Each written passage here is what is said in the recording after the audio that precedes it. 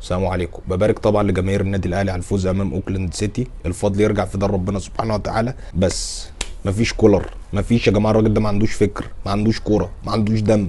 عشان نقعد نطبطب وندلع الراجل ده بياخد ملايين الدولارات، يبقى يعمل بقى باللي بياخده. اديني انا 100,000 واديني النادي الاهلي واديني فرصه وشوف انا اعمل لك. لا برشلونه هتلاقي قدامك برشلونه، ولا بلاش ليفربول عشان واقع، هتلاقي مان سيتي في الملعب.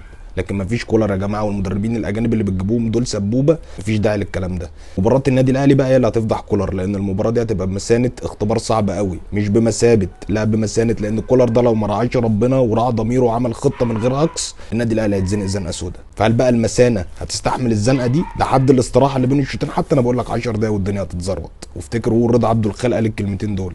التشكيل اللي انا متوقعه لو الراجل ده مش هيألف، هيبدأ بالشناوي في حراسة المرمى. الشناوي حارس كبير داخل في 35 سنة، مطلوب منك تبقى اهدى يا شناوي، ما تنقلش التوتر بتاعك للعيبة. انت كابتن الفريق واكبر واحد، انت بتطلب ساعات من المدافعين ان الخصم ما يقربش، ما يرفعش، ما يشوطش. طب انت مش عايز تلعب؟ انت ما نفسكش الكوره تجيلك وتلمسها وتلعب كرة قدم مع زمايلك؟ ولا انت ما بتحبش كرة القدم؟ شناوي ما انت بتاخد ملايين، فلازم تختبر عشان نشوف الفلوس دي بتدفع في مكانها الصح ولا في اي كلام.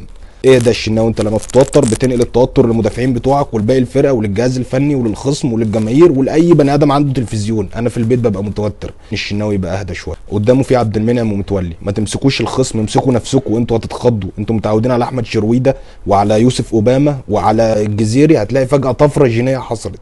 امسك نفسك، ما تتوترش. لو مسكت نفسك هتعرف تمسك الخصم. الناحيه الشمال هيبقى في علي معلول.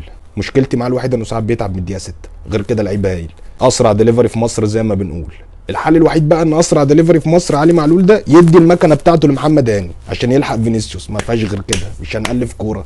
ده الحل الوحيد اللي موجود عشان محمد هاني يلحق فينيسيوس. قدامهم في نص الملعب في 3. حمدي فتحي، خاف من الانذار يا حمدي. احنا عارفين ان انت في الالتحامات ما شاء الله قوي جدا، وما بتتصابش غير لو اتضربت على دماغك بزراديه ما شاء الله. لكن موضوعنا مش في ان انت تتصاب ولا ما تتصابش، موضوعنا في الانذار والطرد.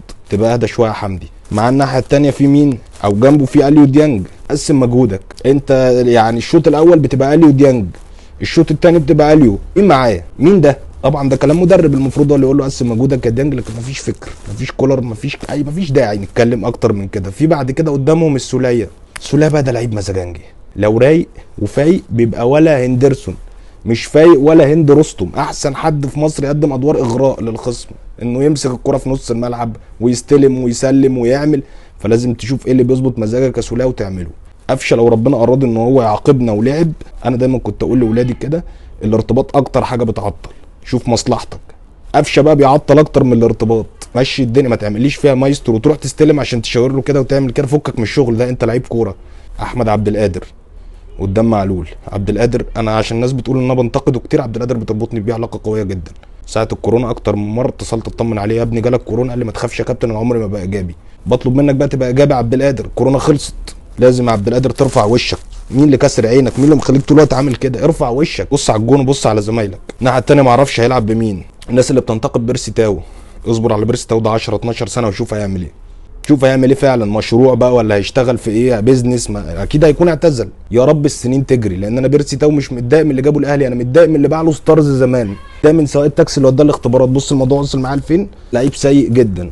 شريف المخيف، انت مخيف قدام الزمالك بس يا عم شريف، مخيف بجد. ذا كونجورينج قدام باقي الفرق التعويذه بتاع مدام يسرا، بيهلك من الضحك. فوق لنفسك يا شريف شويه. ان شاء الله لعيبه الاهلي لو لعبت برجوله، ولو الراجل ده اتقى ربنا، لان مفيش كولر هو انا وجوارديولا بس، الاهلي ممكن يعمل مفاجاه.